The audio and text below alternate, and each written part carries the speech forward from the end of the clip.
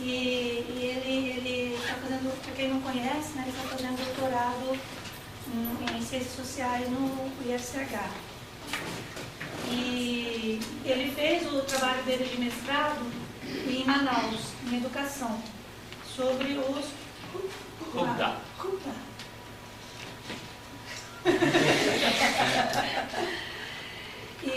Mas aí o Ivan também, antes de vir para Manaus, ele trabalhou como secretário de Planejamento do Estado em Mitu, que é a capital do estado de Bopé, na Amazônia colombiana. E o que ele vai estar falando hoje aqui com a gente é sobre esse trabalho lá em Mitu, que é também que você está dando continuidade aqui no teu doutorado, né? Do que eu entendi, né? Então, eu passo a palavra, Vilmão, e com uma conversa mesmo, tá? E muito seja bem-vindo, espero que você goste também da gente, né? Bom, eu agradeço ao laboratório, né, pelo convite. Realmente eu conheci por causa de uma pessoa que trabalhou aqui com o laboratório e realmente fiquei apaixonado com o laboratório, com as coisas que está desenvolvendo, ligou muito com o meu trabalho e estou super feliz de estar aqui. Realmente a minha contribuição é contar uma experiência, não é uma grande exposição, realmente é um pouco falar de quais foram os elementos que foram constituindo o meu projeto de doutorado e contar um pouco essa experiência lá urbana de Mitu, sobre a questão urbana de Mitu. Então, vamos...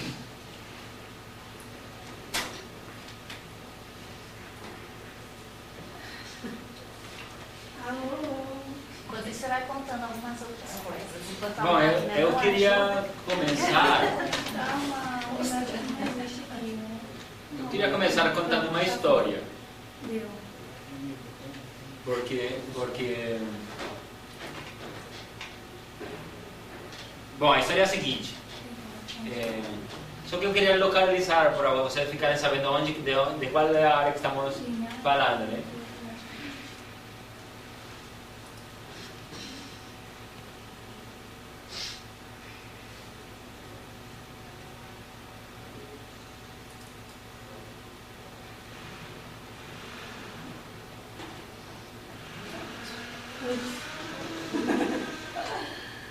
A tecnologia é para resolver, né? Mas a gente fica em problema, com dificuldades com a tecnologia. Eu sempre fui traído pela tecnologia, então...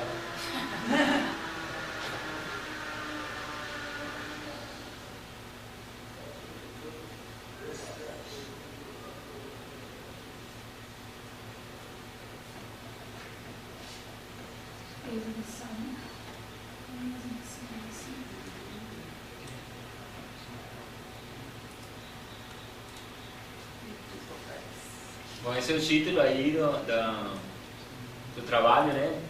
Mitu, que é a capital do Vaupés. E a intenção do trabalho é ver como participaram os índios na construção do urbano. Então, pode passar. Mitu é uma cidade que encontra-se a 1000 quilômetros ao sudeste de Bogotá e é a cidade mais próxima da fronteira com o estado do Amazonas, no Brasil. Pode ir. Então, aí,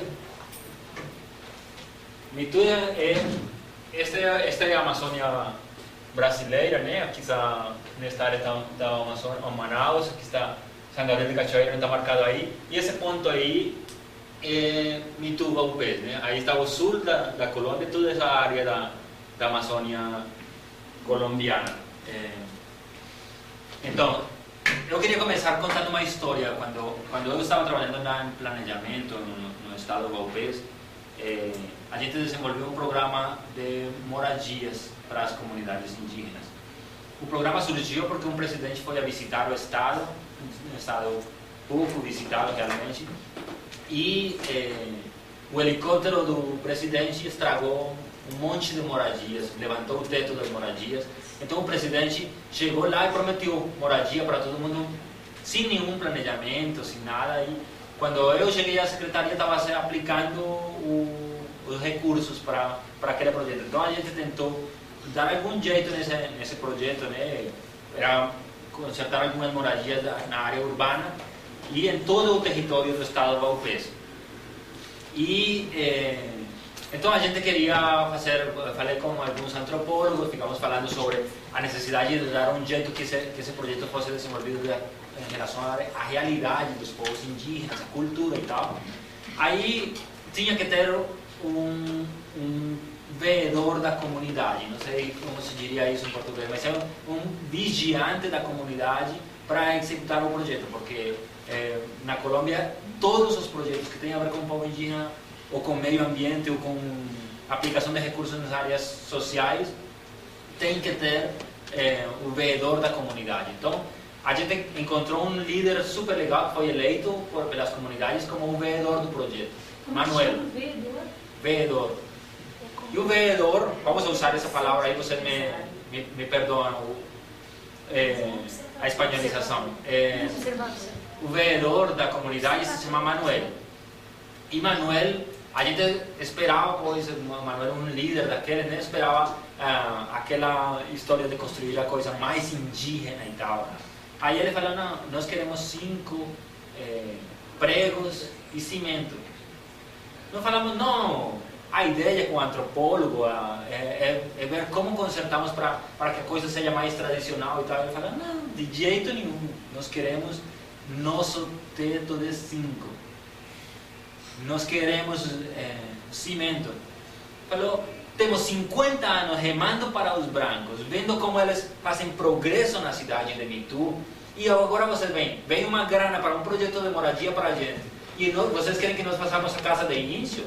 Nada, nós queremos casa de branco. E isso eu sou na minha comunidade de um clã importante e nós queremos casa elegante como a casa do branco. E a gente falava com ele, nossa, a experiência é clara, essa casa é mais quente, com esse zinco fica muito quente, o encerramento das casas com aquelas tábuas cortadas e tal, não fica legal, a janela pequena, não é costume. Ele falava, não sabemos disso, não sabemos que não é bom, a gente tem uma casinha no lado da cozinha, a gente pode até dormir lá, mas nós queremos a casa dos brancos. Então, eu queria começar com essa história para tentar um pouco desmanchar esses preconceitos que nós temos em relação à abordagem, como procurando o puro, né? E o puro não é, o puro era o zinco mesmo. Esse era o que eles realmente queriam, né? Então, é a partir dessas coisas que surge a ideia de ver, bom, quais são as interpretações que se estão fazendo sobre isso urbano que não são as que os antropólogos queremos. Vocês conhecem, talvez tenham escutado, tem muitas pesquisas tentando ver isso na África, né? Sobre todo o processo de colonização e desenvolvimento da soberania nacional nos estados, nas lutas de libertação nacional na África, né? E teve todo um processo de etnização da cidade na África. Eu conheço realmente pouco, mas tenho referências de alguns trabalhos aí da Escola de Manchester, de Peter Gould, e outros estudos aí sobre essa questão urbana na África. Eu fiquei olhando para isso porque a gente fica preocupado, mas também a realidade, né, com relação à Amazônia é um pouco diferente. Bom, então eu quero mostrar um pouco como alguns elementos desse processo de conformação de Mitu como capital do estado, e aí um pouco fazer a história de distintos links sobre a realidade daquele território. Então, eu tinha colocado o título História da Colonização e depois eu coloquei booms da colonização. A colonização foi chegando primeiro com a borracha, foi o elemento fundamental, mas não foi o primeiro. O primeiro é mediado pela presença, pelos intentos de colonização, inclusive mais antigos, incluindo Gonçalo Jiménez de Quesada, que é da 1500 e pouco, que ele esteve numa região tentando abranger todo o território da Amazônia, encontrar o dourado, né, que é a procura permanente que teve naquela época, todo o imaginário épico da conquista, né?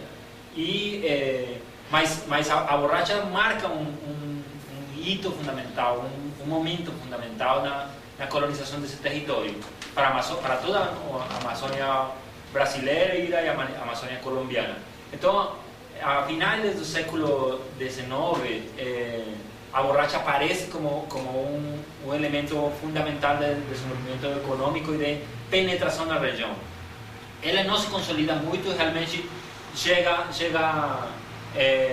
no 1912, se consolida mais esse boom da borracha e começa a penetração primeiro de comerciantes, exploradores, né?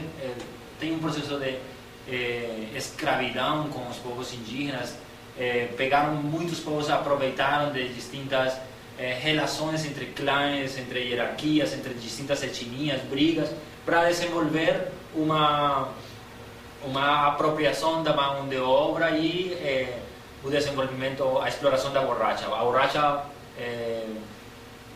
foi diminuindo por causa da exploração da borracha na Índia e em outros países da Oriente Médio, né? Que Índia, qual é outro país?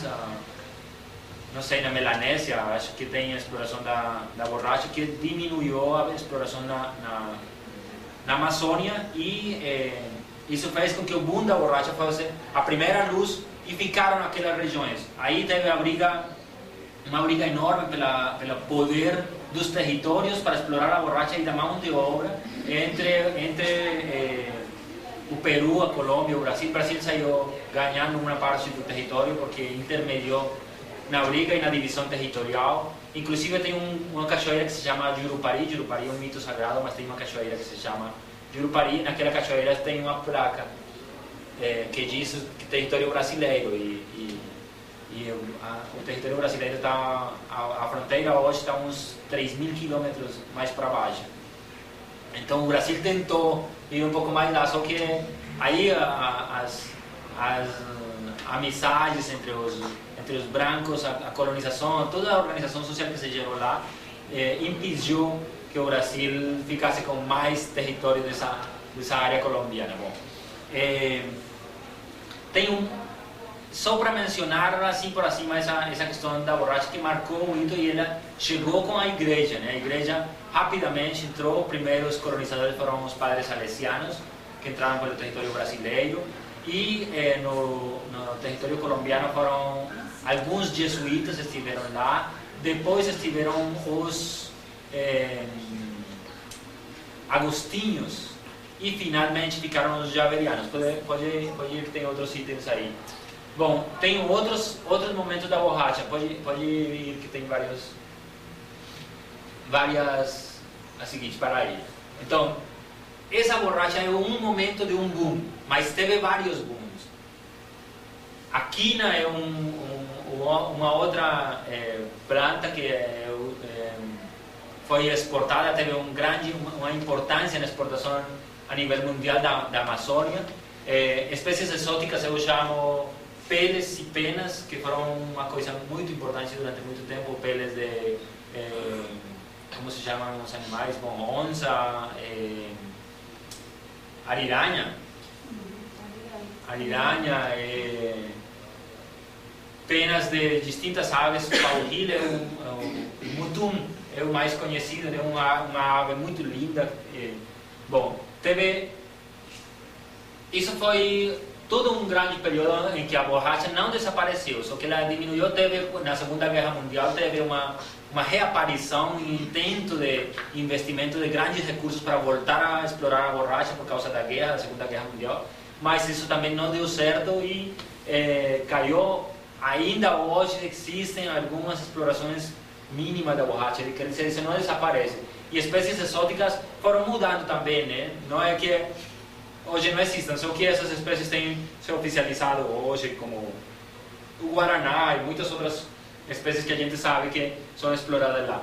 O ouro apareceu em Mitu mais ou menos a meados da década dos 80, influenciado pelo garimpo brasileiro, e era um momento político em que as Farc estavam procurando uma exploração de algum tipo de recursos, e eles fizeram a mineração e tal, e eles foram quienes encontraram o ouro naquela região, e começou uma colonização forte que terminou hoje com um município pequeno que se chama Traíra, que é o peixe Traíra, no rio Traíra, na fronteira Colômbia-Brasil, e que influenciou na conformação de Mitu. E a cocaína, que quando a gente fala da Colômbia todo mundo lembra da cocaína, né? E naquela região teve uma aparição importante mais ou menos a final da década dos 80. Eu queria parar um pouquinho aí para contar que inclusive tem uma história interessante aí sobre Mitu. Um padre, o Monsenhor Belarmino Correa, ele ainda é monsenhor de um outro estado que fica aí perto. Ele foi quem levou a semente da cocaína para os índios. Porque não levou gado e não funcionou. Os índios terminavam comendo o gado, levaram para distintas áreas, não funcionava e tal, pegava bicho. Então ele levou uma matinha de coca para ver se esses índios... Eles têm a coca tradicional, a folha da coca tradicional, que é uma espécie que é familiar da coca que é usada para o alcaloide, que é mais forte, a peruana, que foi levada como a semente para a exploração da cocaína, do alcaloide, né? Mas teve a coca doce, uma coca tradicional que se usa em quase todos os povos indígenas da América Latina, né? Se prepara de distintas maneiras. Para minar esse barulho. A coca é pilada e misturada com alguma sal. Essa sal é tomada de distintas maneiras. Por exemplo, na Serra Nevada de Santa Marta, na Colômbia, é separada. As folhas são torradas, se carregam as folhas numa sacolinha e a cal em outra. Então pega a folha, molha, unta aqui com a cal e come. Outros povos pilam, como na Amazônia se pila, e se faz um pão que se chama Ipadu, que é de consumo tradicional. Isso foi modificado e foi levado a cocaína. Foi uma bonança, um boom muito forte econômico, de exploração, de invasão do território. Foi a chegada do conflito, apesar de que a guerrilha tinha alguma presença mínima naquela área. A presença da cocaína foi o que mais levou, porque tinha muita exploração de índios e colonizadores. E então a guerrilha chegou lá para instaurar a ordem, para evitar a exploração, o assassinato, a morte, a manipulação. A guerrilha chegou lá como Estado, a manipulação das armas em mãos da guerrilha e tudo mais. E os povos indígenas foram imersos na cocaína. Eles produziram no estado de Vaupés, nos rios Papuri, no rio Cuduyari, no rio Cubiju, no rio Chiquié, no rio Papunágua, no rio Vaupés. Todos eles são afluentes, são tributários do rio Vaupés, que vai cair no Rio Negro, né? Todos esses rios tiveram exploração da cocaína, da coca com fins do alcaloide, da cocaína, não com fins tradicionais. Teve um momento que parou. Os índios falaram, caiu o preço da cocaína e a economia entrou em crise. Eles se dedicaram a explorar a cocaína e essa exploração diminuiu a produção tradicional alimentária, de caça. Todas essas coisas mudaram. Então, quando cai o preço da cocaína, teve uma etapa de muita fome para os índios. Se desarticulou toda a economia da região, que estava baseada na coca, nos booms, e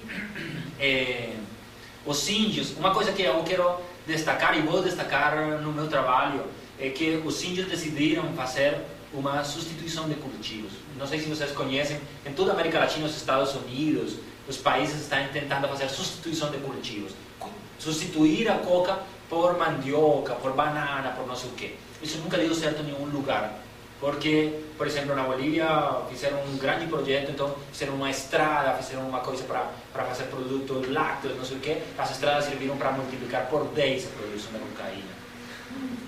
Então essas coisas nunca deram certas. Os índios lá fizeram uma substituição de cultivos mesmo. Eles falaram, não cultivamos mais cocaína.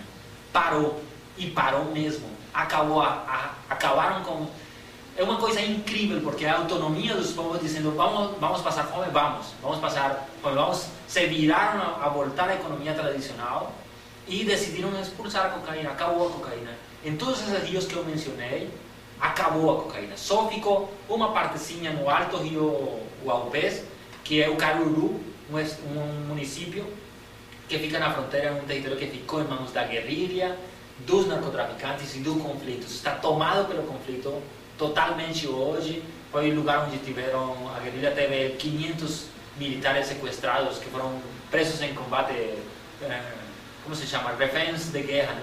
Eles estiveram lá naquele território. Então, na parte que está ligando o Guaupés com essa região, ficou um pouco a exploração da cocaína e alguns índios ainda hoje estão lá, mas somente, quer dizer, isso não ficou nem sequer 5% do território do Guaupés. Esses são, pois, os booms. Eu queria destacar sobre essa substituição que fizeram os índios e uma volta ao próprio, incorporando muitas coisas do que ficou da economia da coca. Me falavam umas coisas, o ouro, tem uma enorme quantidade dessas histórias sobre a coca, como carregavam uma voadora com sacolas cheias de dinheiro. Tem um índio em Mitu que foi companheiro de trabalho meu, ele era um motorista, e eu viajei quase todo o Guaupés com ele. Ele foi garimpeiro do ouro. Ele tirou uma pedra de ouro enorme, assim, que pesava 600 gramas mais ou menos, e ele jogava um jogo que batir em mecha para fazer explodir com aquela coisa de ouro. Todo mundo joga com coisa de ferro, né? Ele fazia com aquela de ouro. Ele contratava um avião para ir a almoçar em Villa Vicente, 2 horas de voo, para ir almoçar em Villa Vicente e voltava para mim. Então era uma coisa louca. Índios, ele se reivindica hoje como um índio herdeiro da cultura cubana. A mãe dela é filha de um grande pajé antigo e ele aprendeu algumas coisas. Ele é muito reconhecido. Além de tudo, é um grande caçador e sempre ganha os concursos de caça, serebatana, arco e flecha, tudo mais. Ele é super esperto. E então, esses índios que hoje são os índios puros, reais, esses índios foram aqueles índios que também mexeram com o ouro, com a cocaína, com tudo mais. Então, só para fazer um panorama geral disso, pode ir no seguinte. Aí tem um outro boom, que eu considero uma trilogia, que a Igreja, a Educação e o Estado, que não são separadas dessas outras, elas vieram. A Igreja entrou para evangelizar aquele território, participaram da escravidão dos índios, da dominação. É uma história longa, muitos estudos, mesmo o meu orientador, o professor Robin Wright, tem grandes estudos sobre essa questão dos missionários e tudo mais na região. E ela esteve ligada estreitamente com a educação, porque através da educação eles consideravam os índios velhos perdidos. Eles dedicavam maior interesse nos índios jovens e nas escolas. Por isso, levavam amarrados. Em Mitu tem um grande internato que se chama Maria Rainha, perdão. É um internato enorme e eles levavam na marra os índios para eles se casarem lá e para eles estudarem lá, aprenderem o espanhol e se casarem pela igreja. E essas eram as famílias, e em grande parte essas são as famílias que vão constituir o Mitu. Esses que são puxados. Depois se levou as escolas para distintas regiões até hoje, né? Então Então a ligação entre a igreja e a escola é vital. Tem muitas outras coisas para falar da igreja, o que significou, por exemplo, assim, só para mencionar, por exemplo, teve a teologia da libertação, não teve? Na Colômbia foi muito forte, o padre Camilo Torres foi o comandante guerrilheiro do Exército de Libertação Nacional. Até hoje, nem sequer o Estado se atreve a falar mal daquele comandante guerrilheiro, né? Porque era um cara que, assim, tinha uma luz ao redor dele, foi um grande dirigente popular, constituiu o Exército de Libertação Nacional e morreu. Alguns padres que foram depois guerrilheiros, como o padre Camilo Torres, estiveram em Itu, dizendo para os padres colonizadores lá que não se podia tratar assim aos índios, que tinha que se mudar. O padre Quintín lá, padre Domingo Laín, que foi comandante guerrilheiro, hoje tem um frente do Exército de Libertação Nacional que se chama Domingo Laín. O padre Domingo Laín esteve lá. O padre Manuel Pérez, um padre espanhol que foi expulso da Colômbia e da igreja, ele voltou, foi guerrilheiro, foi comandante guerrilheiro durante 20 anos. Ele foi em Itu, quando ainda era padre, ele foi em Itu a falar com os padres lá, fazer seminários sobre a teologia da libertação e tentarem mudar essa visão. Então, a igreja não é uma monolítica, ela não somente explorou os índios e tal, mas ela levava uma carga de debate entre ela mesma, no seu interior, que é muito importante ver, né? E esse processo de evangelização e tal é assumido de uma maneira de distintas maneiras por distintos povos indígenas. Isso leva muito tempo para debater sobre isso. É uma temática muito interessante que eu espero explorar muito, mesmo porque eu gosto de contar as experiências, né? Teve um índio que me levou na comunidade dele, um padre super reconhecido, de muito respeito, com coisas tradicionais. Ele me levou na comunidade dele, eu participei de um ritual lá e tal. E tempo depois, um domingo de manhã, eu estava em Itu, andava pela cidade, quando eu encontro ele saindo da igreja, eu falei, puxa vida, Agostinho na igreja? Eu falei, nossa, eu fiquei pensando, né, aquele pajé super reconhecido, ele estava na igreja e ele é super amigo dos padres. Aí eu ia falar depois com o Agostinho, eu te vi saindo da igreja. Ele falou, eu vou lá na igreja, mas eu não gosto muito dos padres. Por quê? Mas me explica aí. Porque ele não entende de Deus. Ele não compreende Deus. Deus é muito mais. Eles criticam, por exemplo, os pajés, porque por nosso saber e tal. Mas quem que deu esses poderes para os pajés? Foi Deus que deu. Ele não entende. Bom, é uma incorporação da religião cristã que não é uma adesão à crítica na religião. É uma incorporação diferente que não... Eu falo da experiência de Agostinho, mas é bom ver essa experiência em todos os povos que assimilaram a religião de uma maneira que a gente tem que ver, não desde a perspectiva de dizer os padres foram ruins, levaram a igreja para os índios e tal. Eles têm umas interpretações, adopções, umas viragens que os índios dão a essa questão, que é uma coisa profunda para ver, né? E eu coloquei nessa trilogia o Estado porque a igreja esteve ligada ao Estado. A ideia de consolidar, conformar um município, o Estado, a região, as instituições, esteve ligado na igreja. Mesmo as organizações indígenas foram promovidas pela igreja, mesmo ainda que hoje são contrárias às organizações indígenas e à igreja. Mas a igreja foi levando a institucionalidade, o imaginário do Estado, da Constituição, da nacionalidade. A Constituição do Estado, a igreja participou da Constituição do Estado-nação em territórios indígenas, porque eles levaram a concepção do Estado para os índios também assimilaram e adotaram ela, igual que com a religião, né?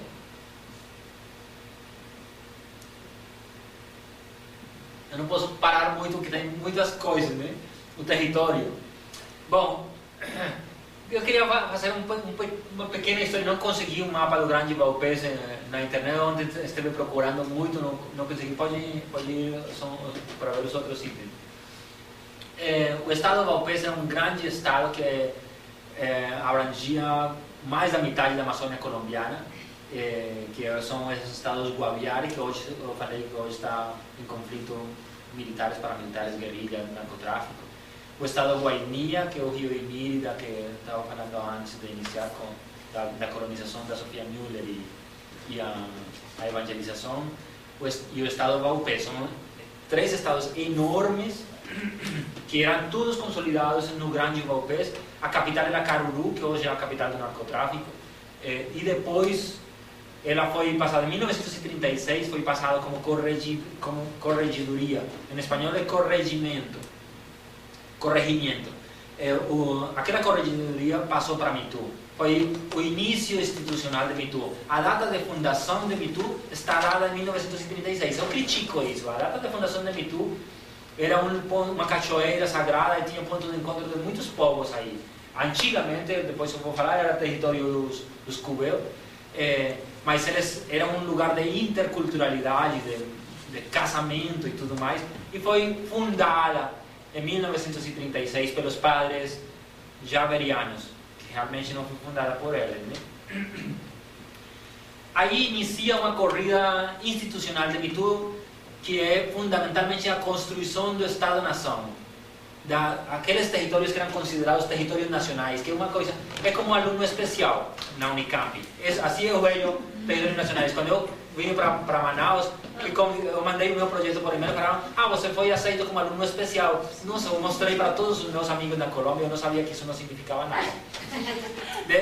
É exatamente o que passava com territórios nacionais. Territórios nacionais não eram nada, eram territórios completamente abandonados. Mandavam um coronel desses que era enviado lá para administrar, fazer algumas coisinhas lá, mas não eram nacionais, mas não eram nacionais, eram territórios marginais. Era bem claro esse diálogo entre centro e periferia, perdão. Então, essa região é passada por isso. Até 1985, aqueles territórios eram territórios de ninguém. Mesmo porque não tem comunicação por via terrestre, as leis colombianas impedem fazer. Então só mexer por avião. Eram só aventureiros que fugiam da justiça, guerrilhas ou guerrilheiros revolucionários que tinham que fugir e iam parar naquele território. Os padres promoveram, o padre Belarmino Correa, volto a falar do padre Belarmino Correa, que é importante nessa história porque era super legal. O padre Belarmino Correa levou primos, tios, filhas, sobrinhos, para ir a morar lá, para tentar colonizar aquele território, né? Porque tinha muito pouca população. Esses territórios nacionais eram abandonados, não tinha investimento, não tinha fronteira, então, política de fronteira, não tinha maneira de colocar um exército lá, uma polícia, porque a guerrilha tomava conta e tudo mais. Em 1985, produto de uma negociação entre o governo colombiano e a guerrilha, surgiram um movimento popular que foi a União Patriótica. A União Patriótica era um frente amplo, político, que juntou vários movimentos sociais, a União Patriótica, o Frente Popular e a luta, né? A luchar. Foram movimentos populares que se conformaram para tentar procurar uma saída negociada no conflito armado. Esses grupos foram exterminados. Da União Patriótica foram assassinados 3.000 lideranças, 5 candidatos à presidência da República, o Frente Popular também, a lutar também. Mas o que ganhou isso foi uma municipalização daqueles territórios. Aí se fundou como município Mitu, em 1985. A União Patriótica teve o primeiro prefeito, teve uma influência na eleição do primeiro prefeito lá, e depois tudo que era União Patriótica foi misturado com a guerrilha e eram assassinados e legitimavam dessa maneira, né? Assim, os 3 Lulas foram assassinados nesse processo, para fazer uma comparação com o Brasil, né? 3 líderes do nível de Lula foram assassinados nesse processo, nesse primeiro intento de uma saída negociada no conflito. Isso vai transpassar a história de Mitu, isso vai transpassar a pesquisa que eu estou desenvolvendo, e a minha estadia lá por vários anos foi passada por isso, mesmo porque teve um assalto guerrilheiro, uma destruição do município, que eu vou contar no final. Bom, então o município surge desse conflito, desse processo de conflito também, desses distintos conflitos: religião, booms econômicos, guerra. surge esse processo, vamos dizer assim, institucional do território. Vamos a seguinte. Agora, tinha esquecido esse detalhe aí. A Constituição do ano 91 consolidou, pode ir na seguinte, a Constituição do ano 1991 foi uma Constituição democrática na Colômbia, levou à desmobilização de várias organizações guerrilheiras, foi o segundo intento de uma saída política do conflito. O Exército Popular de Libertação, em grande medida, se desmobilizou. O M-19, que foi outra guerrilha, que seria outra história também, se desmobilizou. E aqueles territórios nacionais, o Quintín Lame, que foi uma guerrilha indígena, eu não sei, tipo zapatista, teve uma guerrilha que se chamava Quintín Lame. Em 1920, teve um líder indígena que se sublevou e pegou as armas. Ele foi morto, mas em 1985, mais ou menos, surgiu a guerrilha do Quintín Lame com o fracasso da negociação. Essa guerrilha indígena se desmobilizou no ano 91 e ganhou presença de constituintes indígenas na conformação da nova Constituição, coisa que não aconteceu no Brasil na Constituição de 88, né? Porque aqui não teve líderes indígenas, teve muitos índios fazendo lobby, ONG, não sei o que, mas lá tinha pelo menos 5 índios fazendo parte da Constituição, liderando distintas regiões, tudo isso num ganho político da guerra. Um dos ganhos foi que esses estados foram conformados para eliminar essa ideia dos territórios nacionais. Quer dizer, devolver com respeito aqueles territórios de uma maneira diferente. Aí se fragmentou, foi o Guaviare, a região que eu estava falando que estava tomada pelo narcotráfico, toda esta área é uma área de intensíssimo conflito. O Guaininha, a área que foi colonizada pela Sofia Müller, é este território aqui. O Vaupés é este aqui está Mitu. Foram conformados como território estados, quer dizer, isto tem um governo do estado e um governo municipal. Tem um município de Taraíra, que eu estava falando, que fica aqui na fronteira com o Brasil, este é o Rio Taraíra, e Caruru, que é o município que eu chamo capital do narcotráfico, está aqui nesta área de intensíssimo conflito armado na Colômbia. Bom, tem outras cidades na região que eu penso que é importante, porque a pesquisa que eu estou desenvolvendo é ver como os índios participaram na construção do urbano, né? Como eles participaram na construção dessa cidade, quais são os elementos que eles colocaram, qual é a versão deles na construção, não a versão do antropólogo, do historiador, mas a versão do índio, para construindo aquela história, quais são os significados que eles dão no território, as suas hierarquias, como eles hierarquizam as instituições, a igreja, as organizações indígenas, como elas se matizam desde a perspectiva deles e não ver eles, os índios, como coitados que foram colonizados, vítimas, reivindicações. Tem muita coisa vista assim. Eu acho que a antropologia brasileira está dando um enfoque interessante nessa perspectiva de ver a história desde a perspectiva dos índios, né? O Nadia Farad, pacificando os brancos da Alcida Rita Ramos e Bruce Albert, Manuela Carneiro da Cunha. Bom, uma grande escola da antropologia brasileira está tentando dar essa virada e eu acho muito interessante ver, tentar colocar desde a perspectiva dos índios, não eles como vítimas, assim mesmo como está colocando o Robin Wright na questão da igreja, né? Os índios não assimilaram coitados à igreja, eles ressignificaram, eles colocaram uma perspectiva, eles construíram essa história. Essas cidades, todas essas cidades dessa região passam por esse processo e Mitu é somente um exemplo para ver essa construção do urbano em parte pelos índios, né? Então tem a cidade de Puerto Carreño, aqui na fronteira com a Venezuela, a cidade de Puerto Inírida, na fronteira também com a Venezuela e com o Brasil. Aqui está o Brasil, aqui está a Venezuela. A cidade de Letícia, que fica perto de Tabatinga, aqui na fronteira com o Brasil. Aqui está Santa Rosa, no Peru. Florencia, no Caquetá, que isto é terminando a cordilheira. Vocês sabem que a Colômbia tem várias montanhas, né? Aqui acaba a montanha e inicia a Amazônia. Aqui está essa cidade, Florencia, no Caquetá. San José del Guaviare, no Guaviare. Bom, essas são as cidades da Amazônia colombiana. Na Amazônia brasileira tem muitas outras que têm sido estudadas recentemente, e antigamente também. Eu estava mencionando alguns estudos do Roberto Cardoso de Oliveira com Osterena, que fala sobre a urbanização amazônica e a participação dos índios, ou essa relação. Wallace mesmo já falava sobre essa relação entre... Inclusive, se a gente vê, os viajantes já tinham uma perspectiva sobre como adotam os índios urbanos. Tem muitos outros estudos. Recentemente defendeu Sidney Pérez defendeu uma tese sobre Barcelos, uma cidade que fica na Amazônia brasileira.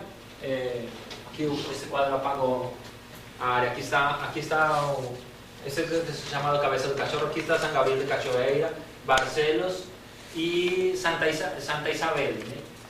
É Santa Isabel, que se chama a outra cidade. E aqui embaixo está Manaus, né? Então, tem muitas outras cidades, Manaus, na Amazônia. Nova Airão, Tefé, que é uma cidade histórica muito importante na história da Amazônia, né, com o Miranha. Então, todas essas cidades fazem parte desse panorama em que os índios participam. Eu pego Mitu porque eu conheço, tenho a experiência e estou desenvolvendo a pesquisa nessa área, mas isso não quer dizer que seja realmente Mitu ou urbano na Amazônia. O urbano na Amazônia é muito extenso, sem falar das outras cidades do Equador, do Peru, da Venezuela e dos outros estados da Amazônia que eu não conheço, né? Capitais de outros estados, Roraima, Boa Vista. Pode ir. Bom, a história indígena. Pode ir.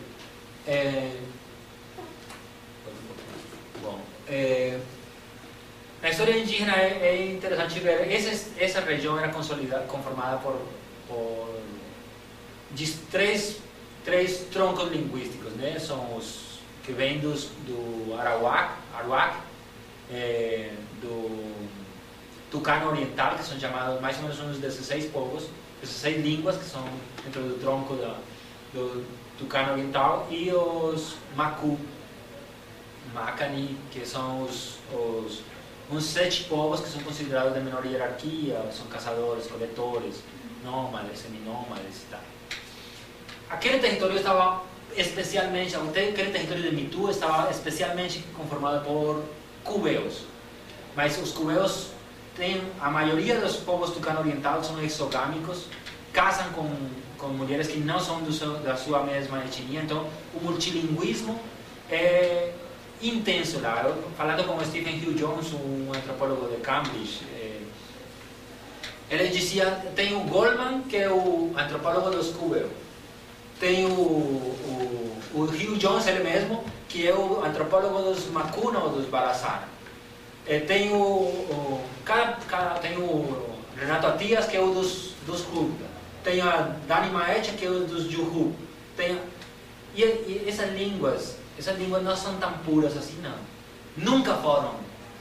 A gente vê aquelas línguas completamente escritas, muito claras. E essas línguas têm muitas coisas de outras línguas. Se a gente vê, por exemplo, se a gente falasse tucano, as mudanças do tucano com relação a outras línguas são pequenas, como o piratapuja, por exemplo. É inteligível com o tatujo, com o macuna. Então, são uma interligação de línguas que em Mitu convergem. Em Mitu são assimilados alguns dos chamados macu. Eles não gostam de serem chamados porque é uma palavra despectiva, né? Mas também são 7 nomes, a gente fica difícil, não tem se inventado ainda um nome diferente para falar dos Nukak, Hub, Juhu, Dom, Nadop e Puinabe, né? Então fica difícil falar deles separadamente, então a gente termina usando o termo macu, que é despectivo. Eles também convergem aí na área em Mitu. Tariano, tem inclusive alguns Carijona, que são de outro tronco linguístico, não estou lembrando agora, aqui mais do sul do Brasil, que ainda chegou naquele território. Bom, todos esses povos convergem na construção de Mitu. Eles foram escravizados, levados na marra e foram misturados em Mitu. Eles tentam no urbano reproduzir os seus esquemas linguísticos, étnicos, culturais, mas tem uma intensificação desse diálogo entre as etnias no espaço urbano.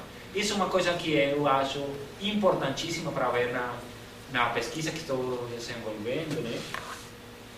Como eles reapropriam esse território urbano, como eles ressignificam esse território urbano. Não é para eles, inclusive falando com um cubeu, eu falava, aí onde fica o posto da polícia, que tem uma parte muito úmida, não sei como se chama em português, um humedal, a área que fica... Um charco, sim, pode ser um charco, mas são nichos ecológicos muito... um pouco mais similar ao mangue. Então, ele dizia, aí tinha um salgado, que é o lugar onde a anta vem a comer, e isso era um lugar sagrado para os cubeus. Isso foi reocupado pela urbanização. São muitas coisas que eles colocam dentro daquele território, e ainda hoje existem alguns momentos, assim, uma fricção entre os cubeus. Algum cubeu fica bravo e diz, todos são aqui estrangeiros. Tucano de Sano, Guanano, tolimense de Bogotá, todos aqui são estrangeiros. Aqui os que somos daqui somos os cubeus. Este é o território cubeu. Então o território cubeu, o território de Mitu foi excluído do resguardo indígena. Colômbia tem, por esse processo de luta, de guerra, os índios foram ganhando mesmo espaços territoriais e políticos.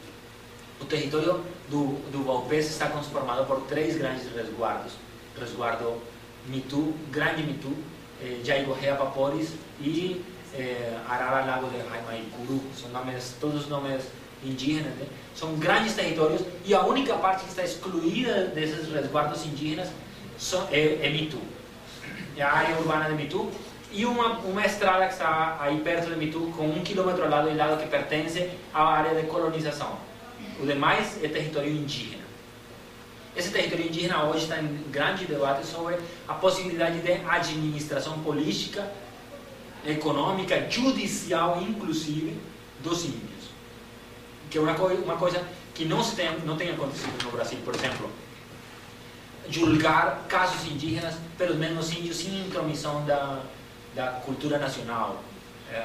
Há uma jurisdição especial que é dada pelos índios. Em algumas outras regiões é mais forte, isso tem gerado um grande conflito pela nacionalidade e tal, mas na Colômbia tem se assumido mesmo a ideia da multinacionalidade.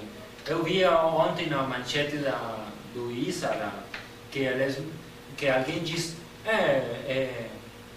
na Roraima querem fazer uma nação indígena, isso viola a soberania nacional.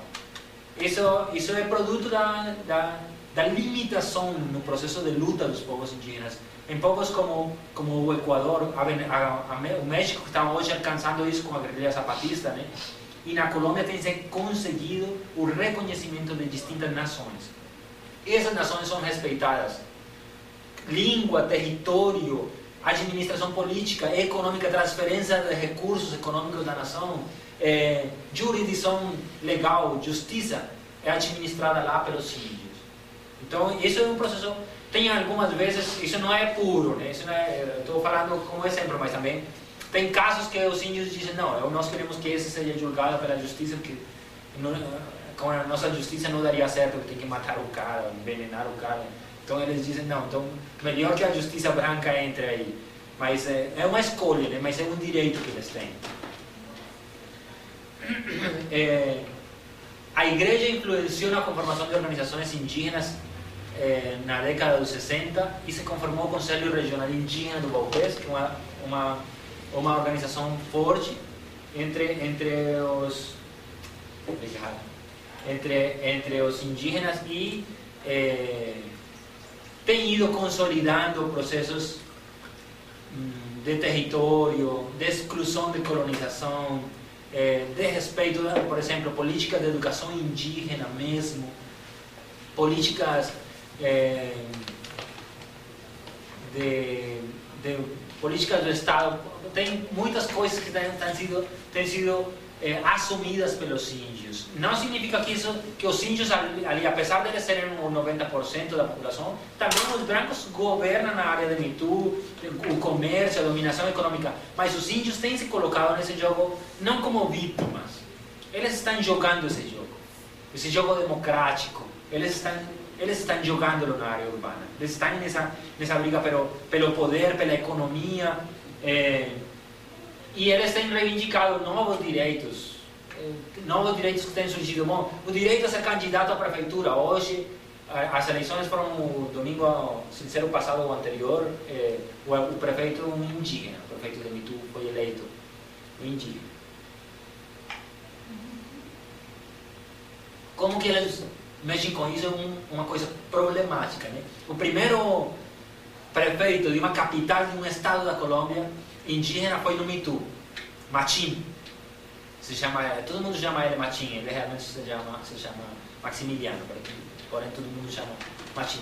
Machín foi assim, o show, ele foi na Espanha, na Europa, foi convidado, foi excluído da prefeitura por corrupção. Mas porque ele não sabe as coisas administrativas e não sei o que, o jogo da comercialização dos bens. A gente fala de corrupção, mas se um pajé tinha uma grande maloca, tinha que ter várias mulheres e ele compartilhava com todo mundo. Ele na prefeitura, por que ele não vai fazer o mesmo? Ele tem que compartilhar, se ele não dá para os outros. Então, como é que fica essa relação? Então, esses novos direitos são direitos problemáticos mesmo. Não é uma coisa simples para ver. É uma coisa problemática para ver como se adotam essas coisas da legalidade institucional colombiana e como isso se incorpora à cultura, como isso dialoga com a cultura. O último prefeito indígena também estava na prisão, passou uns 2 anos na prisão por causa dessas coisas. Mas isso não significa, dizia o presidente da Organização Nacional Indígena da Colômbia, dizia, se os brancos roubam, por que o índio não pode roubar? O índio rouba de maneira diferente, pensando de maneira diferente, e estamos assimilando esse processo. Não que vamos roubar toda a vida, estamos aprendendo. Roubar diferente. Roubar diferente. Eles estão assimilando esse processo de maneira devagar, mas eles estão assumindo coisas. Eles têm recebido muitas críticas de outras organizações indígenas, tem lideranças indígenas que brigam muito por essa transparência do índio para ser diferente, e aí tem um monte de coisas de negociação entre clãs, entre hierarquias, que é uma coisa complexa. Esses novos direitos não são tão fáceis assim, mas eles têm prefeitos, deputados, governadores indígenas dessa região, e está se construindo assim um debate muito grande, e é um processo que está se vivendo. Em outras regiões as experiências são diferentes, né? A região do Cauca, por exemplo, tem um governador do estado, assim, o 4º, 5º estado do país, foi um governador índio, vestia de saia, de chapeuzinho, bastão, de mando, de hierarquia, e ele governou o estado com a maior transparência, foi reconhecido internacionalmente pela Unicef. Então é uma experiência que está em diálogo também com a experiência dos índios do Guaupés. Jane Jackson, uma antropóloga norte-americana, tem estudado bastante sobre essa etnicidade, o que significou a Constituição do ano 91 e a mudança na identidade indígena. Porque a identidade indígena do Guaupés é construída também em relação com a identidade indígena nacional. Tem discurso, a Mãe Terra. Ninguém no Guaupés falava da Mãe Terra. Agora eles falam da Mãe Terra. Mãe Terra nada, eles concebem a terra assim, sagrado e tal, mas não era aquele discurso da Mãe Terra. Agora eles têm adotado. Quer dizer, é uma etnicidade e uma identidade que está se transformando, que está se pegando coisas e alimentando com novas, com um processo crescente de assimilação, de apropriação dessa realidade. E eles dizem, vamos esperar 30 anos para ver como que a gente assimila realmente isso. E tem uma briga aí forte. Aí a gente principista, né? Assim, a pureza dos índios e tal, chega um cara corrupto e faz a melhor amizade, faz tipo da Bucuru, não sei, vocês sabem, o Potla dos índios navalhos nos Estados Unidos, a grande festa que distribui todo mundo. Aí o cara ganha as eleições. A gente pode fazer uma leitura disso, corrupção, comprou os votos, mas isso pode ter um outro significado cultural. Como se assume se você não compartilha com os outros, como você vai administrar se você não compartilha com os outros?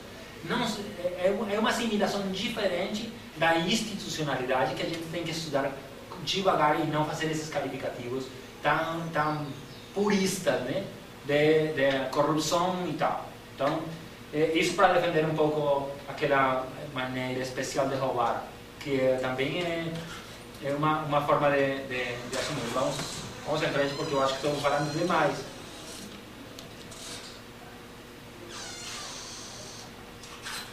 Vamos ver os outros itens. Bom, mitosidade. Mitosidade tem a marca do território. Eu sou um pouco romântico nessas coisas do território. Eu reconheço, o meu orientador também tem feito ênfase nisso. Porque bom, a gente tem aquela visão do paisagem, do bonito, né? E Mitu é uma cidade linda, realmente. Ela tem aquelas umidades, aquelas, como se mangues. A gente tem como? Várzeas, né? Várzeas, sim, exatamente. Elas conformaram quer dizer, a cidade não é uma cidade ruas quadradas e tudo mais. Elas se têm contornado em relação da volta pelo rio. Não teve uma fotografia. A gente fez alguns mapas, mas são informações muito pesadas para colocar um disquete, né? O rio da... inclusive tem aí na dissertação tem um mapa que a gente fez. Então, ele está cedendo para o CEDU, né? Vocês sabem, o Centro de Documentação Urbana lá do LabURB. Então, quem quiser consultar, é só... Eu vou somente mostrar um mapa que foi feito na minha dissertação com os povos de Cúcuta, mas é um pouco a forma como depois eu vou falar desse trabalho que a gente fez da cartografia social. Bom, então, somente para dizer isso, né, o território marca a conformação do espaço. Na Colômbia tem um termo que é a manígua. Você ficou lá em Mitu, foi a manígua que pegou você. A manígua é aquela coisa úmida que dá vontade de dormir, que faz que as coisas sejam mais devagar, que a institucionalidade não funciona igual. Então é um processo que está marcado não só por aquela cultura tradicional, mas também pelo território. Não é um determinismo geográfico. Aí eu penso que a gente tem que ter cuidado, e Milton Santos nos preveniu, como se diz, preveniu muito bem em relação a isso, né? Não ter um determinismo geográfico. Mas o território marca uma parte dessa conformação do urbano amazônico, que eu penso, todos esses elementos convergem em todas essas regiões, cidades que eu estava falando, né? Eu penso que é necessário impulsar o debate sobre essa pesquisa urbana na Amazônia. Mitu é só um caso, um exemplo, mas tem tantas outras coisas que em outras regiões diferentes também, né, que são um campo para explorar na pesquisa amazônica. Bom, a urbanização tem uma influência do Estado também, né, das políticas de urbanização, a visão do paradigma da casa do branco relacionada com a casa do índio, que convergem e tem uma convivência pacífica na cidade. A forma das ruas, o telefone, o transporte urbano, que lá não tem muito, né, mas tem, porque quase toda a cidade a gente percorre caminhando. Todos esses elementos são parte da conformação desse espaço, significado também por outras culturas, que eu vou tentar ver isso também, né? Tem outras regiões que chegam a Mitu e que conformam colônias, por exemplo, só para mencionar nessa questão do urbano, tem um bairro que é de negros, vindo do Pacífico, do Mar Pacífico, que são um território de um amplo território de negritude na Colômbia. E eles se posaram lá e tem toda uma institucionalidade, as festas deles, a relação com o trabalho. É muito interessante e eles têm um diálogo com os índios. Então, essas outras regiões e essas outras culturas também influenciam na conformação desse urbano, né? E a institucionalização, o que a razão pela qual eu coloquei aí foi somente ver que essas instituições estão conformadas. A gente sempre tem a tendência a ver que o Estado conformou, vamos dizer, por exemplo, o Ministério do Trabalho em Mitu. Mas esse Ministério do Trabalho em Mitu não é o mesmo ministério que o Bogotá. A gente brigava muito com os ministérios, por exemplo, quando eu estava no Estado lá, a briga com os ministérios para eles compreenderem aquela realidade, por exemplo, a quantidade de recursos e tudo mais, que marca a formação dessas instituições, que faz com que essas instituições sejam realmente diferentes em relação à institucionalidade nacional. Então, essas instituições, assim como elas levam uma intenção de institucionalizar o índio, essas instituições também são domesticadas pelo índio, pela cultura. Só para mencionar isso. Bom, eu coloquei aí essa frase de Malinowski, 1920, mais ou menos, essa frase de Malinowski, que foi publicada em português em 1986. Eu coloco a cidade como um novo mito. O mito da cidade é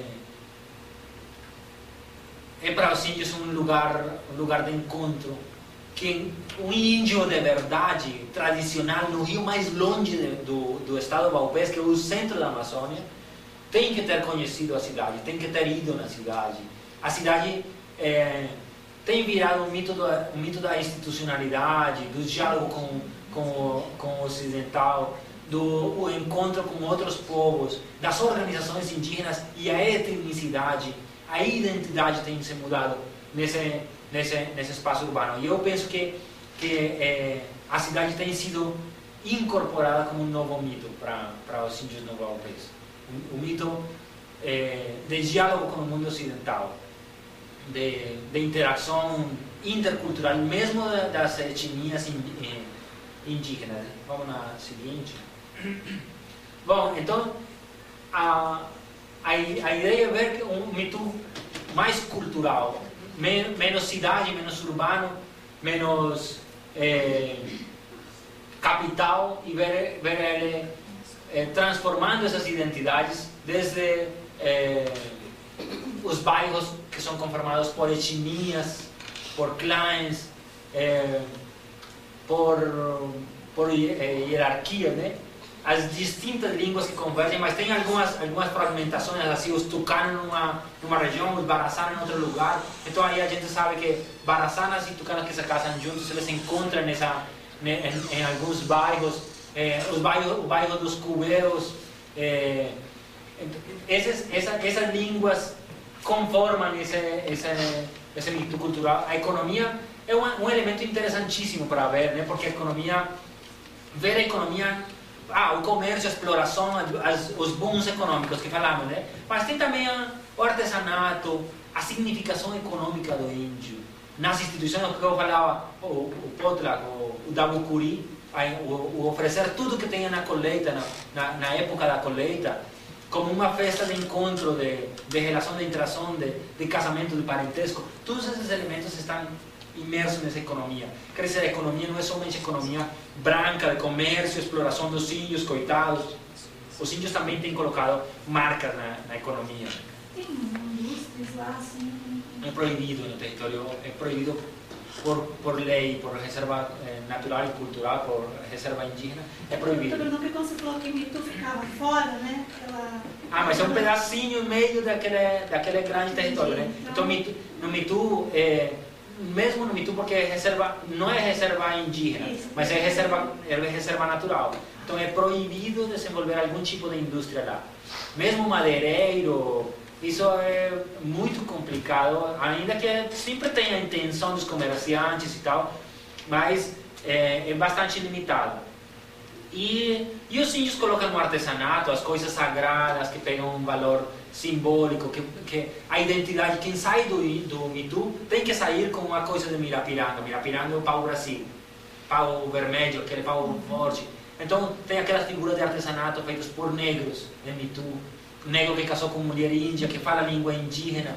Então, a economia também está transpassada por essa questão cultural. Não é só ver a economia como relações de produção, exploração, relações de trabalho, mas ver essa economia também transpassada pelas questões culturais, né? E a religião, que já falei também, que é transpassada pela questão cultural. Isso aí... Só que o artesanato, ele é familiar, assim, não é organizado.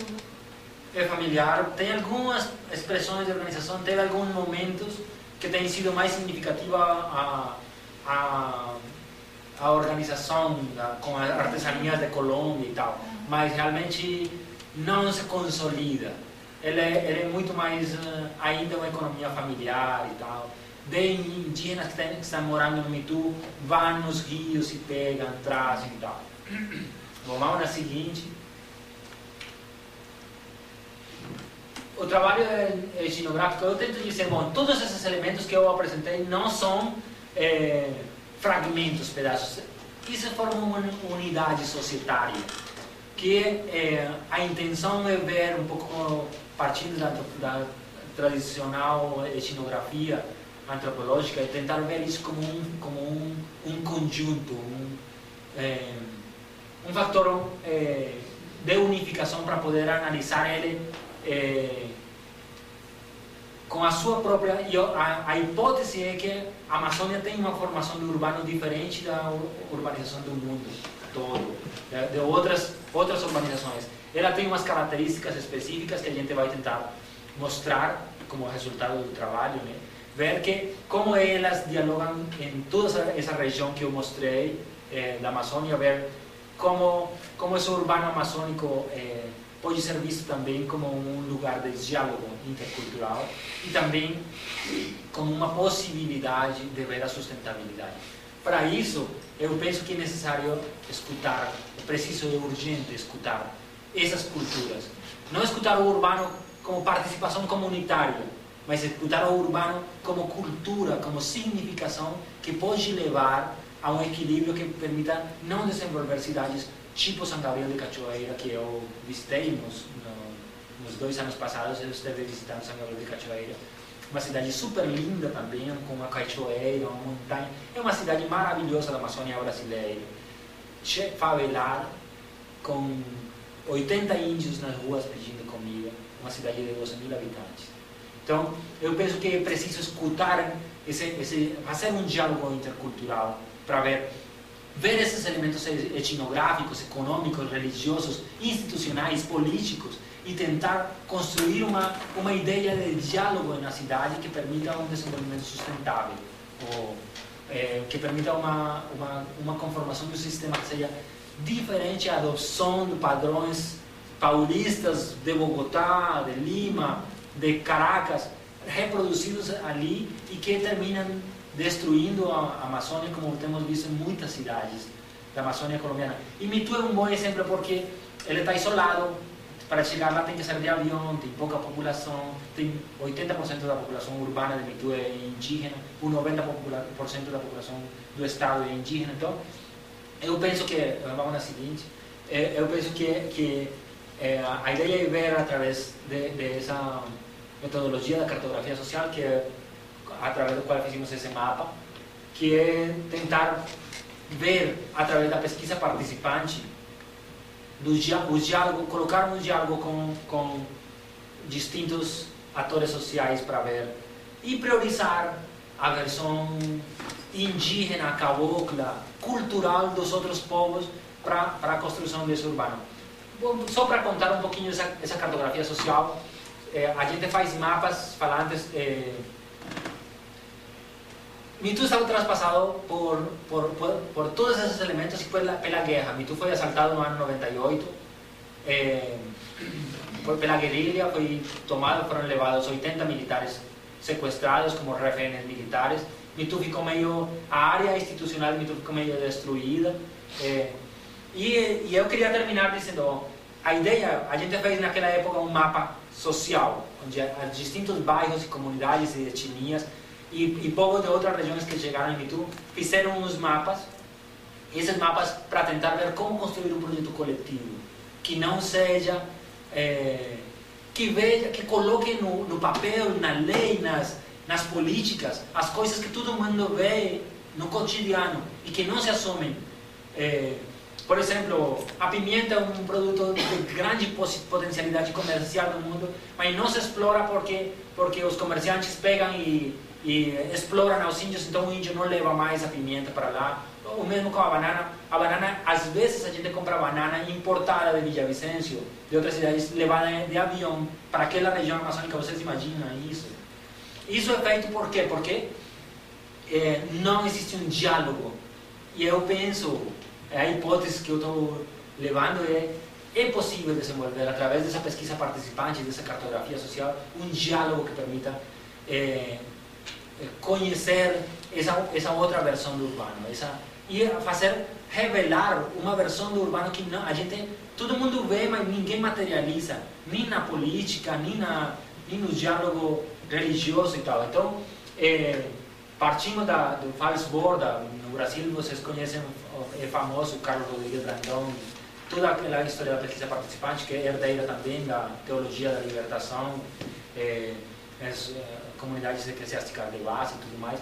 A ideia é pegar isso em um diálogo, falando com o território, falando sempre com o território, desenhando o território, assim como está nesse mapa, desenhando o território e ver no território o que pode ser colocado nele, quais são os significados, as questões culturais que estão nele que podem transpassar a formação de um novo projeto urbano na Amazônia. Eu queria terminar com uma história de um velho tucano que me falou, não me tu, no Rio Papuri, Ricardo, ele me falou, os brancos são muito... Eu não compreendo os brancos. Ele diz que os brancos são muito burros. Os brancos fizeram que nós construímos essa cidade, Itu. E logo chegaram os brancos e destruíram essa cidade. Com a guerra, né? Ele não vê a diferença entre guerrilha, paramilitares, narcotraficantes. São os brancos. Os brancos fizeram que nós construímos essa cidade. A gente foi se empolgando com aquela cidade. Aquela cidade significa muito. É um mito mesmo. E agora vêm os brancos e acabam com destruem a cidade através da guerra, né? Então, a reflexão minha vamos tentar escutar essas versões do urbano para construir um projeto que seja, não fazer um projeto de planejamento desde a perspectiva ocidental, mas escutando os distintos aspectos que falam culturalmente na cidade amazônica. Muito obrigado.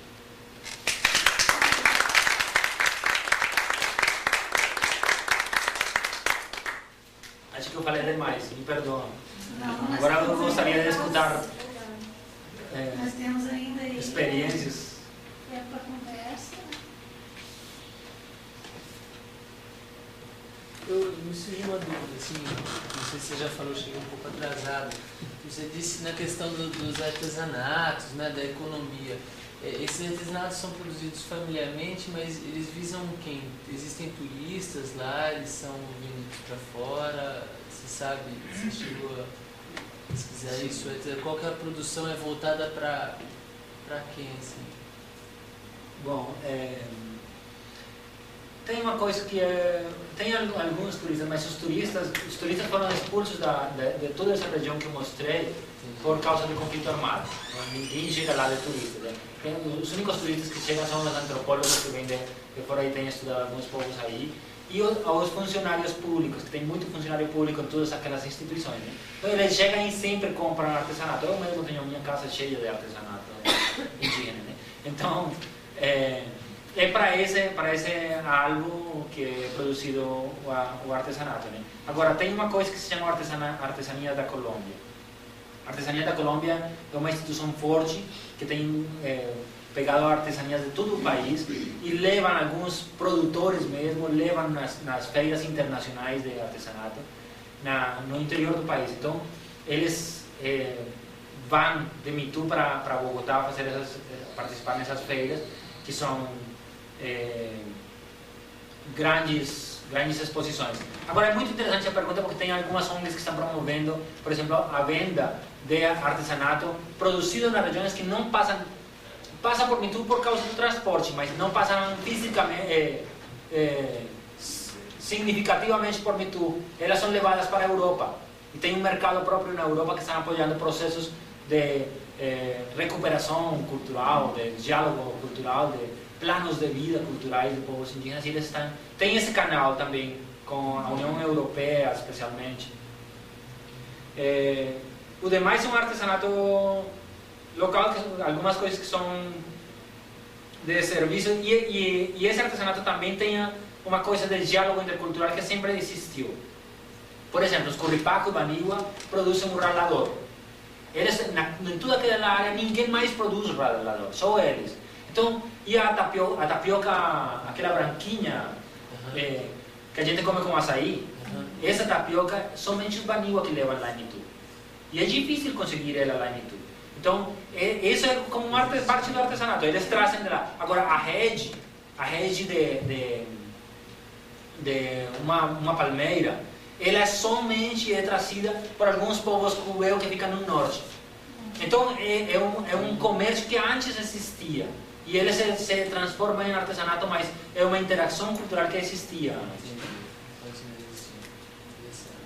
Eu gostaria de saber como é que fica a questão das escolas, como é que está a escolarização, formação acadêmica, se existem projetos de formação de professores, essa questão da escola. A educação tem sido uma educação bastante ligada ao projeto evangelizador, mesmo porque a igreja administra os 50% da educação do Estado, o outro 50% é administrado pelo Estado. É um processo de secularização que, inclusive, a administração da igreja, daquela parte da educação, é inconstitucional, é ilegal, já tem entrado na justiça e está em um processo bastante... A igreja está recuando. A maioria dos professores, até um tempo, eram brancos, não indígenas. E começou, assim, na década de 90, começou a surgir a ideia da etnoeducação. Esse é um termo que se usa muito. Estão se desenvolvendo alguns programas interessantíssimos sobre etnoeducação, formação. A formação de professores é muito fraca ainda, mas tem índios que têm desenvolvido umas experiências muito interessantes, tanto que tem um Prêmio Nacional da Educação. Quando eu fui secretário do Estadual da Educação, quando estávamos lá, mandamos um projeto de uma comunidade que se chama Trubon. O professor dessa comunidade, o professor Diego Guerrero, professor cubeo, ele desenvolveu um projeto de educação próprio, com artesanato, com as crianças, viagens no mato, mitos, ritos, e o tempo em sala de aula era mínimo. Esse projeto dele ganhou o Prêmio Nacional Compartir, Prêmio Nacional de Educação Alternativa. Então, tem umas experiências assim. Teve um projeto, por exemplo, no Rio Cubiju, um velho decidiu, eles entraram na justiça para sair de lá a igreja, e eles assumiram a escola deles. Um velho pajé, fizeram maloquinhas para ensinar aos meninos, estão desenvolvendo um projeto belíssimo de etnoeducação, que não surgiu por iniciativa nem de ONG, nem de professor branco, nem da Secretaria de Educação, nem da igreja. Foi deles que surgiu. E estão desenvolvendo. Legalmente no Estado se está promovendo de maneira forte a educação indígena, inclusive planos de desenvolvimento educativo indígena nas distintas regiões. O conflito que eu vejo é, quando chega no Mitu, acabou, já você não é mais índio.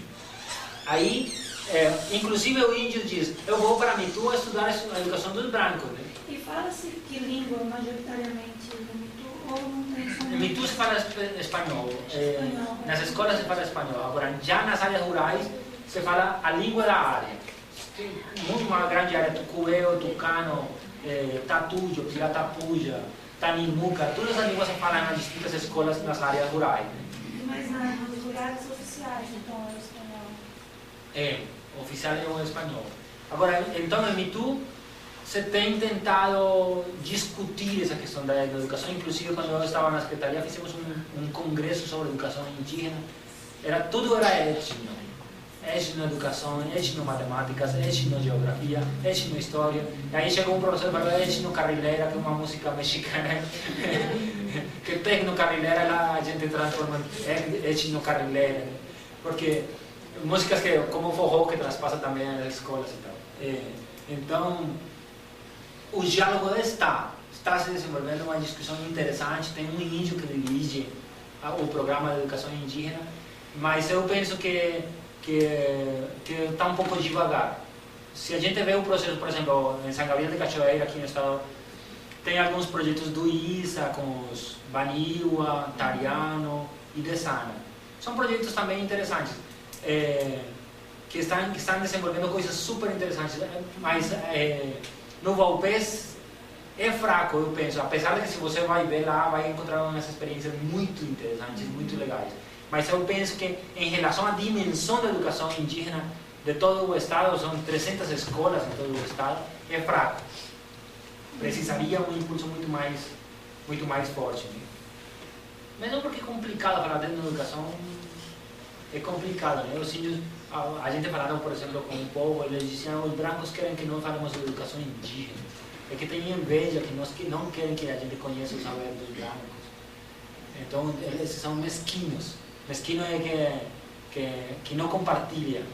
Eles não querem ensinar para nós. Tanto. Então, é uma coisa ainda um processo bastante complexo. Né? Eu tenho observado no Brasil, principalmente no Mato Grosso, onde eu moro, o branco é que fica oferecendo uma educação diferenciada. O índio não quer diferente, ele quer igual. Ele está aqui reivindicando igual, porque ele quer aquilo como uma arma de luta, justamente com o branco. Se ele recebe diferente, ele vê o diferente como menos, né, que não vai lhe dar condições. Eu não sei também se você está nesse estudo, tendo algum contato com um projeto que está se construindo, uma discussão de ensino superior América Latina para os índios. Essa discussão está acontecendo na Guatemala. Sei, em Mitu tem uma universidade, em Colômbia tem uma universidade, que é a Universidade da Guajira. A Guajira é um estado que tem muita população indígena e lá se fundou uma universidade privada, porém um diálogo interessante sobre a educação indígena, sobre a formação de profissionais, e eles estiveram na Guatemala agora. E eles estão tentando uma coisa super interessante, somente que não tem grana. E Mitu é muito longe, eles saíram, nos últimos 2 anos eles tiveram que sair de Mitu, porque não tinha grana, o índio não tem para pagar. A universidade é uma universidade privada, né? E o Estado promove a educação do Estado, né? Então é uma coisa bastante difícil, mas eu penso, por exemplo, tem outras experiências, né? No estado do Amazonas da Colômbia, no sul da Colômbia, tem uma profissionalização que fizeram uma ONG, a Fundação Gaia Amazonas fez uma profissionalização de uns 20 índios, 5 anos, lá esteve Stephen Hugh Jones, Jim Jackson, esteve, assim, antropólogos muito importantes da antropologia da Europa foram lá para participar nessa capacitação dos índios. Né? Então é um processo que é super interessante. Naquela região onde está aquela profissionalização, os índios assumiram o controle de toda a educação. O Estado, o único que faz é transferir os recursos para os índios. Eles administram e eles prestam contas e tudo mais. E é um processo muito interessante também, que está muito mais ao sul, né, do Com relação à religião, você falou do catolicismo, tem outro tipo de religião? Tem. Estávamos falando, aí tem os evangélicos, né? Os evangélicos tiveram uma época de auge com a Sofia Müller e com os Baniwa especialmente. Depois diminuiu muito e agora, incrivelmente, por razões daquele conflito armado, voltou a surgir a evangelização, voltou a tomar força a evangelização não católica. Mas é pequena a presença da... Então não há muita competição entre religiões. Tem uma briga muito forte, a Igreja Católica então briga radicalmente contra eles e tal. E não é forte. Tem algumas comunidades nas quais são evangélicos, mas eles assumem o evangélico quando está o pastor e tal, aí eles mandam um pastor para uma comissão e ele fica fazendo a festa tradicional. É uma coisa que ainda não está, que não tem sido estudada, mas eles assimilam essas religiões não como os evangelizadores gostariam. Com relação à questão do esporte, né, que é uma atividade, né, bem urbana, eles têm praticado esporte? Sim, eu esqueci de Jogos falar. tradicionais, como é que fica essa... Eles participam, eles jogam futebol, basquete, lá o basquete é forte naquela região, vôlei. Você chega numa comunidade e lá tem uma malha, uma rede para jogar vôlei e tal, futebol então, uma bola de futebol. Mas tem se desenvolvido outros esportes que são bastante reconhecidos por aquela coisa da etnicidade nacional. Canotaje, não sei como se diz canotaje. Canoagem. Os índios do Valpés têm ganhado, eles subindo cachoeiras, eles têm ganhado a nível nacional, arco e flecha, serebatana, todos esses esportes se praticam e tem uma festa, inclusive tem uma coisa de esportização um pouco das danças, para fazer mostras de danças tradicionais, fazem assim como Olimpíada de dança tradicional e vêm de distintos povos em Itu a apresentar aquelas danças. Eu tive uma experiência com o Cianorame lá no São Gabriel do Cachoeira e uma coisa que eu notei lá que os militares, a presença de militares assim, é um componente muito forte na construção de identidade nacional deles, assim, porque o Estado não chega lá, tipo, a escola também é da missão, aí a saúde é de uma ONG. Então o Estado não chega lá, a única forma do Estado são a presença dos militares. Lá em Itu não tem. Bom, isso é uma coisa forte, né? Depois do assalto, antes do assalto militar de Itu por parte da guerrilha, a presença da guerrilha era mínima, tinha algum controle social, né? E a polícia não tinha mais de 150 homens, mesmo... Apesar de que isso produzia muita mestiçagem, né? Isso é uma briga das etnias com a polícia pela mestiçagem, né?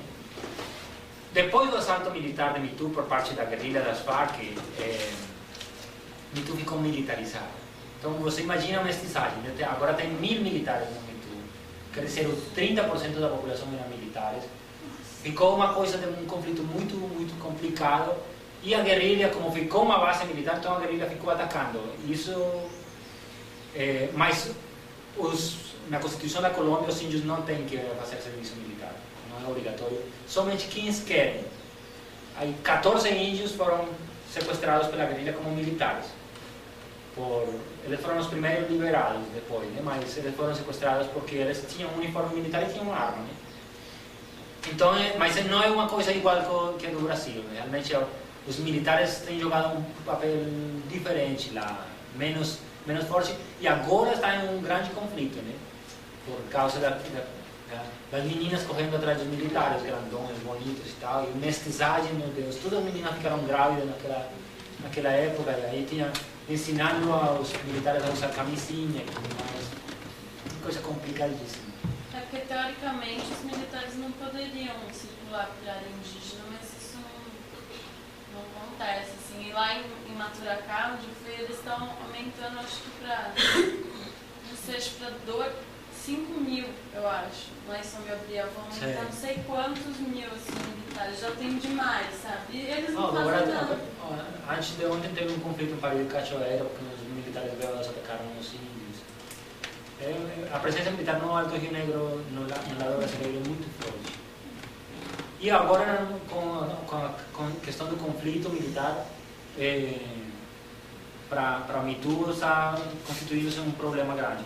Quando estávamos diálogos com a guerrilha, do governo com a guerrilha, na Colômbia, se tinha colocado isso e a guerrilha tinha falado de respeito aos territórios indígenas e tal. Mas quando se voltou a desatar a guerra, então isso aí, a guerra não respeita, todos são suspeitos na guerra, o índio, o caboclo, o colonizador são suspeitos e perdem direitos e não se respeita o território, porque o conflito não dá para dizer institucionalidade, né? O conflito é guerra e morte, medo, arma.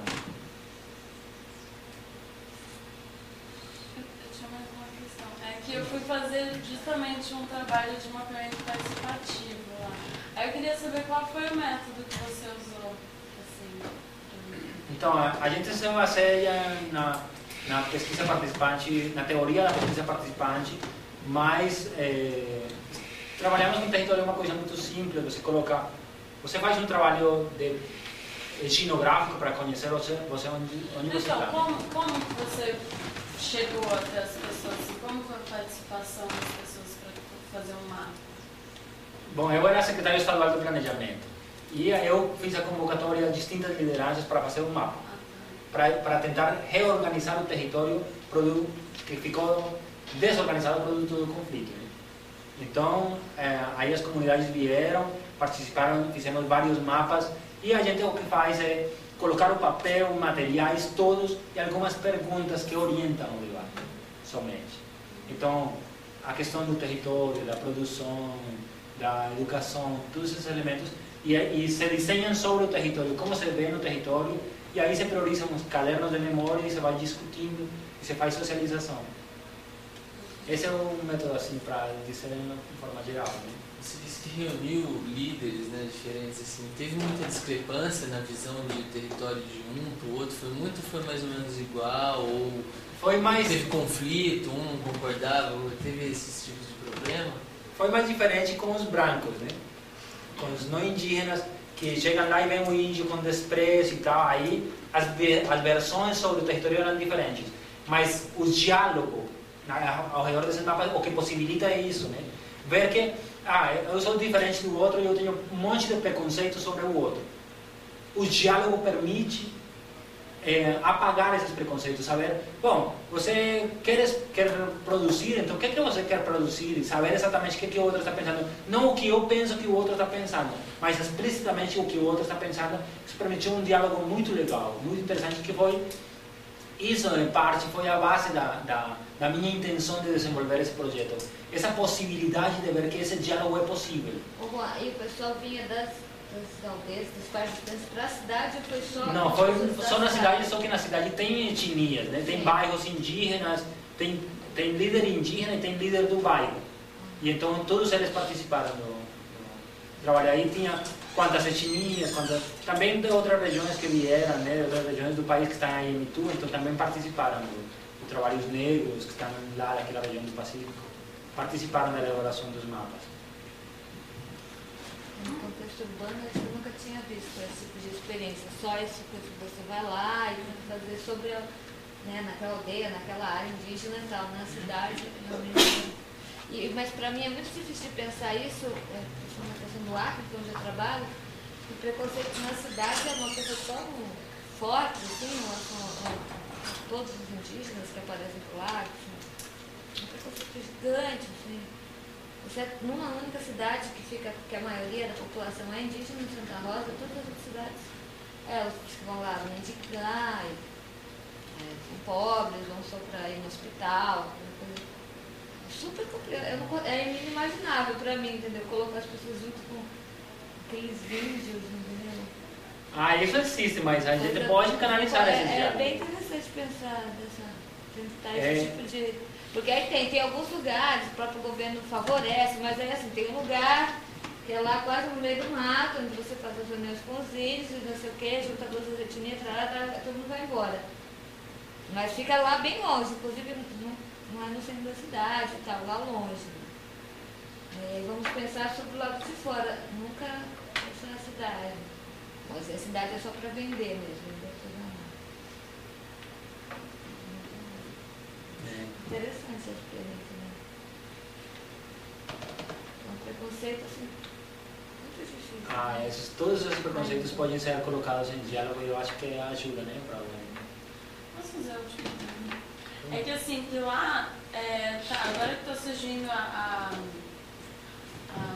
organização, eles estão se organizando e tal, assim, para participar da política. E uma coisa que é muito complicada é porque não necessariamente os líderes indígenas vão ser os líderes políticos. Aí essa questão de habilidade política se contrapondo à estrutura interna da aldeia, da sociedade deles, é super complicado. Eles não têm muita habilidade para lidar com isso. Como que... Os jovens são educados na educação mais ocidentalizada e tal, e eles têm a tendência a serem mais líderes políticos, né? Isso não significa que eles não tenham uma outra formação tradicional, xamânica e tal. Então é uma coisa que está em diálogo. Às vezes tem lideranças que são, por exemplo, o Pajé que eu falei, ele é deputado estadual agora. Então tem algumas vezes que isso se combina. Tem outras que são líderes jovens, mas se esses líderes não falam com os velhos lá, eles desmancham como líderes. Eles têm que manter o diálogo com os velhos. Então, isso não desestrutura a sociedade, assim? Ela não desestrutura, se recompõe, se ressignifica, se transforma.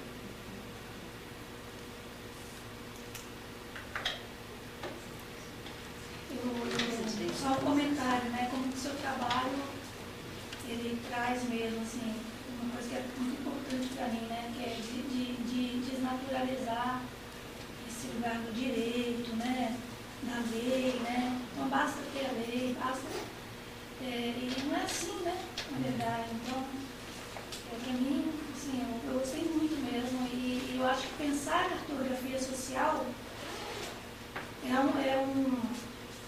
materializa, né, essa possibilidade de você construir uma memória para aquilo que é um direito mesmo, né? Falar de uma memória da lei, né? Fora de tudo isso que é naturalmente dado como direito. E me faz pensar muito nisso mesmo, então, como culturalmente a gente pode... Só um comentário. Bom, muito obrigado então.